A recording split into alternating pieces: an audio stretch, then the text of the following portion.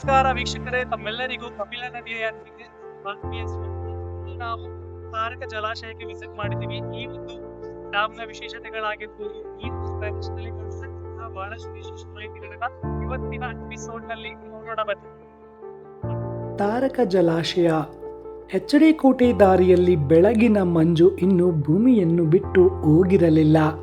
ರಸ್ತೆಯ ಎರಡೂ ಬದಿಗಳಲ್ಲಿ ಹಸಿರು ಹೊಲಗಳು, ದೂರದಿಂದ ಪಕ್ಷಿಗಳ ಕಲರವ, ತಂಪಾದ ಗಾಳಿ, ಪ್ರಕೃತಿಯೇ ತನ್ನದೇ ಆದ ಸಂಗೀತವನ್ನು ನುಡಿಸುತ್ತಿತ್ತು. ಆ ದಾರಿಯಲ್ಲಿ ಕೊನೆಗೆ ನನ್ನನ್ನು ಸ್ವಾಗತಿಸಿದ ತಾರಕ ಜಲಾಶಯ.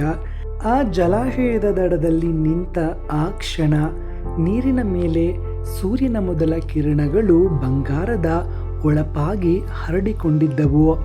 ಗಾಳಿಯ ಅಲೆಗಳೊಂದಿಗೆ ಆಟವಾಡುತ್ತಿದ್ದರೆ ನೀರು ಆಕಾಶದ ನೀಲಿಯನ್ನು ತನ್ನೊಳಗೆ ಒತ್ತಿಕೊಂಡಿರುವಂತೆ ಕಾಣುತ್ತಿತ್ತು. ಆ ಕ್ಷಣದಲ್ಲಿ ಪ್ರಕೃತಿಯ ಮುಂದೆ ಮನುಷ್ಯನ ಎಲ್ಲ ಗದ್ದಲಗಳು ಎಷ್ಟು ಚಿಕ್ಕವು ಎಂಬುದು ಅರಿವಾಯಿತು. ಅಲ್ಲಿದ್ದ ಒಬ್ಬ ವಯೋವೃದ್ಧ ನನ್ನ ಬಳಿ ಬಂದು ಮುಗುಳ್ನಕ್ಕುತ್ತಾ ಹೇಳಿದರು, ಈ ಜಲಾಶಯ ಕೇವಲ ನೀರಿನ ಕೊಳವಲ್ಲ ಮಗನೇ, ಇದು ಸಾವಿರಾರು ರೈತರ ಆಶೆಯ ಉಸಿರು. ಮಳೆ ಬಂದಾಗ ಇದು ತುಂಬುತ್ತದೆ, ಬೇಸಿಗೆ ಬಂದಾಗ ಅದೇ ನೀರು ಹೊಲಗಳಿಗೆ ಜೀವ ಕೊಡುತ್ತದೆ. ಅವರ ಮಾತುಗಳನ್ನು ಕೇಳುತ್ತಾ ನೀರಿನತ್ತ ನೋಡಿದೆ. ಆಗ ಅರ್ಥವಾಯಿತು, ಈ ಜಲಾಶಯ ಕೇವಲ ಪ್ರಕೃತಿಯ ಸೌಂದರ್ಯವಲ್ಲ, ಅದು ಅನೇಕ ಕುಟುಂಬಗಳ ಬದುಕಿನ ಆಧಾರ.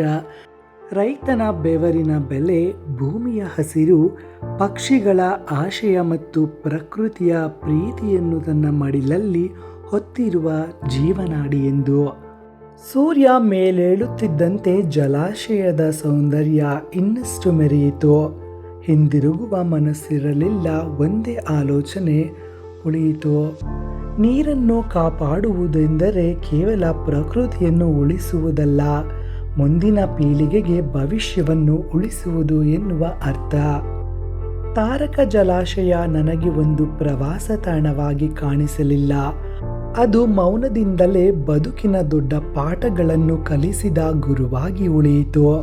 ಇಂತಹ ಪ್ರವಾಸಗಳು ಜೀವನದ ಮೌಲ್ಯಗಳನ್ನಷ್ಟೇ ಅಲ್ಲದೆ ಆ ಪ್ರದೇಶದ ವಿಶೇಷತೆಗಳನ್ನು ಕೂಡ ತನ್ನೊಟ್ಟಿಗೆ ಬರುವವರಿಗೆ ತೋರಿಸುತ್ತಾ ಮುಂದಿನ ಭವಿಷ್ಯಕ್ಕಾಗಿಯೂ ಬಚ್ಚಿಟ್ಟುಕೊಳ್ಳುತ್ತಾ ನಮ್ಮ ಮುಂದಿನ ಪೀಳಿಗೆಯನ್ನು ಎದುರು ನೋಡುತ್ತಾ ಕಾಯುತ್ತಾ ಕುಳಿತಿದೆ.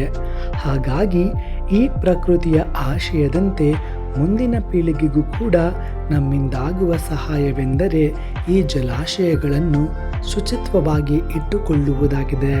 ಇದು ನಮ್ಮೊಬ್ಬರ ಕರ್ತವ್ಯವಲ್ಲ, ನಮ್ಮೆಲ್ಲರ ಕರ್ತವ್ಯವಾಗಿದೆ. ಮುಂದಿನ ಭವಿಷ್ಯಕ್ಕಾಗಿ ಇದೆಲ್ಲವನ್ನು ಕಾಪಾಡಿಕೊಳ್ಳಬೇಕಾಗಿದೆ. ಪ್ರತಿ ಯಾತ್ರೆಗಳು ಜೀವನವನ್ನು ಇನ್ನಷ್ಟು ಬಲಗೊಳಿಸುವುದರ ಜೊತೆಗೆ ಹೊಸ ವಿಚಾರಗಳನ್ನು ತಿಳಿದುಕೊಳ್ಳಲು ಸಹಾಯಕವಾಗುತ್ತದೆ.